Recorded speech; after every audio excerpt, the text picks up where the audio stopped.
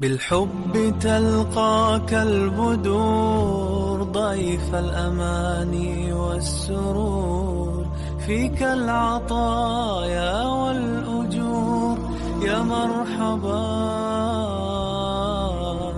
يا مرحبا زين الشهور.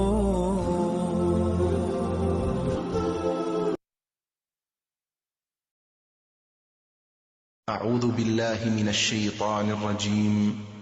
بسم الله الرحمن الرحيم. الحمد لله رب العالمين الرحمن الرحيم مالك يوم الدين إياك نعبد وإياك نستعين اهدنا الصراط المستقيم صراط الذين أنعمت عليهم غير المغضوب عليهم ولا الضالين.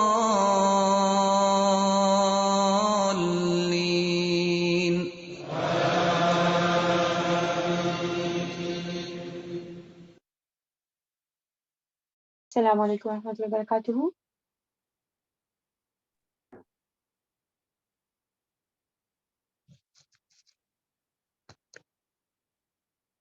السلام علیکم ورحمۃ اللہ وبرکاتہ. وعلیکم السلام.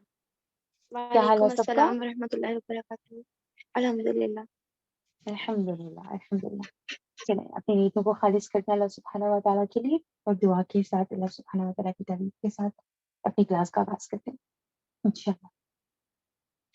نحمدہ و نصلی علی رسولہ الکریم اما بعد فاعوذ باللہ من الشیطان الرجیم بسم اللہ الرحمن الرحیم الحمدللہ رب العالمین الرحمن الرحیم مالک یوم الدین إياك نعبد وإياك نستعين اهدنا الصراط المستقيم صراط الذين أنعمت عليهم غير المغضوب عليهم ولا الضالين آمين. رب اشرح لي صدري ويسر لي أمري واحلل عقدة من لساني يفقهوا قولي رب زدني علما اللهم فقهنا في الدين اللهم إنا نسألك علما نافعا وعملا متقبلا ورزقا طيبا اللهم اجعل عملي كله صالحا واجعله لوجهك خالصا ولا تجعل لأحد فيه شيئا آمين الله آمين. اللهم صل وسلم على نبينا محمد. Para 26 inshallah. بسم الله الرحمن الرحيم حميم